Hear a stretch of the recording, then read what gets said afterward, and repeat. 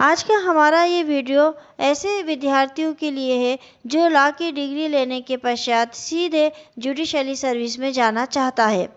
ऐसे लोगों के उड़ान पर लगाई है लगाम। बार काउंसिल ऑफ इंडिया ने जारी किया है एक फरमान और उसके फरमान के अनुसार सिविल जज बनने के लिए 3 साल की प्रैक्टिस होगी ज़रूरी। क्या है 3 साल की प्रैक्टिस का मामला? क्या एक लॉ की डिग्री लेने के बाद सीधे जुडिशरी सर्विस में नहीं जा सकते हैं?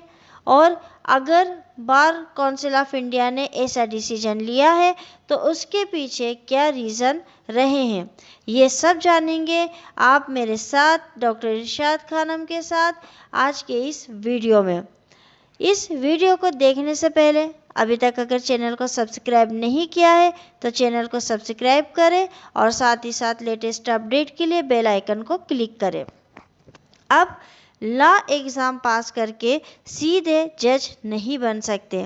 अब लॉ की डिग्री लेने के बाद सीधे जुडिशरी सर्विस में जाने का रास्ता बंद करने की तैयारी हो रही है। और ये तैयारी कौन कर रहा है? भारत में वकीलों की सबसे बड़ी संस्था बार काउंसिल ऑफ इंडिया। हालांकि इसके लिए बार काउंसिल ऑफ इंडिया ने अपने कुछ तर्क भी दिए हैं कि वो ऐसा क्यों चाहता है। बार काउंसिल ऑफ इंडिया ने अब सीधे परीक्षा के जरिए सिविल जज बनने के सिस्टम पर रोक लगाने की मांग को लेकर उच्चतम न्यायालय में जाने की तैयारी कर ली है। उनका ये कहना है कि सिविल जज का एग्ज़ाम देने से पहले 3 साल की लॉ प्रैक्टिस की बाध्यता होनी चाहिए। 3 साल की लॉ प्रैक्टिस से तात्पर्य यहाँ पर यह है कि उसको एज ए वकील किसी भी न्यायालय में प्रैक्टिस करना ज़रूरी है। बार काउंसिल ऑफ इंडिया ने बाकायदा सुप्रीम कोर्ट में इसे लेकर गुहार लगाने की तैयारी कर ली है। 2 जनवरी 2021 को इस बात की जानकारी बार काउंसिल ऑफ इंडिया ने अपने प्रेस रिलीज के ज़रिए दी है। उनका साफ तौर पर ये कहना है कि लोअर जुडिशरी में लॉ करके सीधे एग्ज़ाम के ज़रिए जजों को लाना बंद किया जाए। लॉ की डिग्री लेने वाले हर शख्स को, हर व्यक्ति को कम से कम 3 साल तक कहीं पर भी वकील के तौर पर प्रैक्टिस करने को ज़रूरी बनाया जाए। उसके बाद ही उस वकील को जज का एग्ज़ाम देने के काबिल समझा जाएगा। यानी कि बार काउंसिल ऑफ इंडिया का ये मानना है कि जज बनने से पहले 3 साल की प्रैक्टिस जो है वो कंपलसरी होनी चाहिए। 3 साल की प्रैक्टिस क्यों चाहता है बार काउंसिल ऑफ इंडिया? ऐसा क्यों करना चाहती है वो?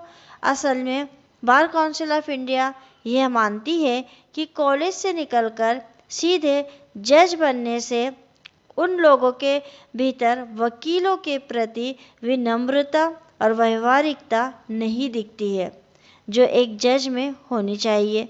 इसके अलावा बार काउंसिल ऑफ इंडिया यह भी मानती है कि ज़्यादातर वो लोग इस सर्विस में आ रहे हैं जिनके भीतर इस प्रोफेशन की व्यवहारिक समझ नहीं है। इसकी वजह से केस निपटाने में देरी होती है। असर ये है कि लोअर कोर्ट्स में केसेस की संख्या बढ़ती जा रही है। बार काउंसिल ऑफ इंडिया के इस तर्क से मैं भी कई हद तक सहमत हूँ।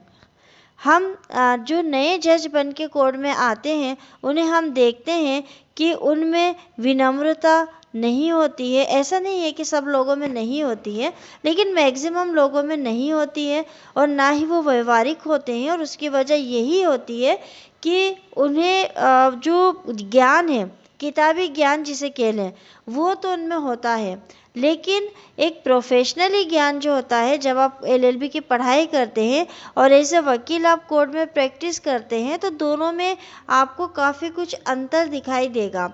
जब आप पढ़ के कोर्ट में जाते हैं तो पढ़ाई जो है वो आपको केवल एक डिग्री देती है, लेकिन कोर्ट में प्रैक्टिस आपको जो छोटी बड़ी जो भी बातें होती है समझ की, व्यवहारिकता की, वो सारी आपको वहीं पर सीखने को मिलती है। तो यही वजह है कि उन्हें पढ़ाई का नॉलेज तो होता है लेकिन कोड में केस को कैसे ग्रो अप करना है, कहाँ शुरू करना है, कैसे ख़त्म होगा, कैसे उसकी प्रोसेस होगी, ये सारी चीज़ों का उनको नॉलेज नहीं होता है। तो इसलिए मुझे भी ऐसा लगता है कि प्रैक्टिस ज़रूरी है। सीधे एग्ज़ाम पास करके आए जजों में वकीलों और याचिकाकर्ताओं के प्रति वह भावनाएं नहीं होती है जो किसी भी मैटर को फ़ौरन निपटाने के लिए ज़रूरी होती हैं।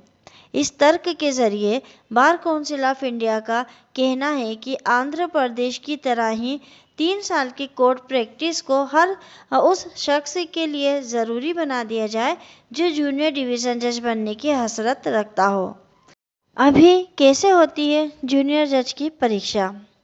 फिलहाल अगर हम अभी की बात करें, अगर ये नियम लागू नहीं है तो उसके पहले तक कोई भी लॉ की डिग्री लेने के बाद सीधे PCSJ यानी कि प्रोविंशियल सिविल सर्विसेज जुडिशियल का एग्ज़ाम देकर जूनियर डिवीज़न जज बन सकता है। जूनियर डिवीज़न जज न्यायपालिका की सबसे निचली सीढ़ी होती है। इन्हें मुंसिफ मजिस्ट्रेट भी कहा जाता है। ये कम वैल्यू के केसेस सुनते हैं और इन्हें कम वक्त की सज़ा देने या कम पेनाल्टी जुर्माना लगाने का ही अधिकार होता है। जैसे जैसे वह अनुभव पाते हैं वैसे वैसे उनके अधिकार और कर्तव्य सारे बढ़ते जाते हैं। आगे के पदों पर प्रमोट होकर सीनियर डिवीज़न जज बनते हैं। सीधे एंट्री के लिए जुडिशली एग्ज़ाम देने की आयु सीमा 22 साल से 35 साल तक की होती है। सिलेक्शन के लिए स्टूडेंट्स को प्री निकालनी पड़ती है, फिर मेंस निकालनी पड़ती है और उसके बाद उनका सिलेक्शन इंटरव्यू पास करने के बाद होता है। ये व्यवस्था चूँकि हर राज्य में अपने हिसाब से है, यानी कि राज्य जो है इन व्यवस्थाओं को अपने हिसाब से बनाता है, तो इसमें कुछ अंतर भी हो सकता है। कहीं पर उम्र को लेकर अंतर हो सकता है, कहीं पर इसके एग्ज़ाम के तरीक़ों में बदलाव हो सकता है। ये सब चीज़ें मुमकिन है। ऐसा ही एक बदलाव आंध्र प्रदेश में किया गया है। उसने अपने राज्य में जुडिशली सर्विस में निचले स्तर पर एंट्री के लिए एग्ज़ाम में बैठने की एक और शर्त जोड़ दी है। उसके अनुसार वही आवेदक एग्ज़ाम में बैठ सकता है जिसने पहले किसी भी कोर्ट में एक वकील के तौर पर 3 साल तक प्रैक्टिस की हो। साल 2002 से पहले ये व्यवस्था पूरे भारत में लागू थी, लेकिन 2002 में ये व्यवस्था बदल दी गई थी और ला करके सीधे एग्ज़ाम देने की सुविधा दी गई थी। यानी 2002 से पहले की अगर हम बात करें तब 3 साल की या कुछ जो भी साल होंगे 3 साल की प्रैक्टिस का कंपलसरी था, लेकिन 2002 में इस व्यवस्था को बदल के ऐसा कर दिया गया था कि एक लॉ की डिग्री लेने वाला स्टूडेंट जो है वो सीधे सिविल जज की एग्ज़ाम दे सकता है। क्यों बदला गया था ये पैटर्न, ये सिस्टम क्यों बदला था 2002 में? तो भारत में जुडिशरी सिस्टम में बदलाव को लेकर सुप्रीम कोर्ट ने 1999 में एक कमीशन बनाया था और इस कमीशन का नाम था द शेट्टी कमीशन। इसके अध्यक्ष सुप्रीम कोर्ट के रिटायर्ड जस्टिस जगन्नाथ शेट्टी थे। इस कमीशन ने 2002 में न्यायिक सेवा को लेकर कई महत्वपूर्ण रिकमेंडेशन दी थी और इनमें जुडिशरी से जुड़े अधिकारियों और कर्मचारियों की सेवा शर्तें और वेतन से जुड़ी हुई बातें भी सम्मिलित थी। इस कमीशन ने ये कहा कि जूनियर डिवीज़न जज को सीधे एग्ज़ाम से चुना जाना चाहिए और इसे सुप्रीम कोर्ट ने मान लिया।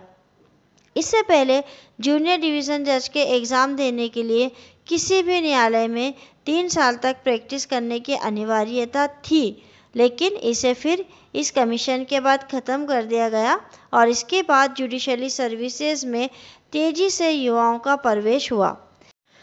तो मित्रों, आज की वीडियो में हमने ये देखा कि सिविल जज बनने के लिए 3 साल की प्रैक्टिस क्यों ज़रूरी है।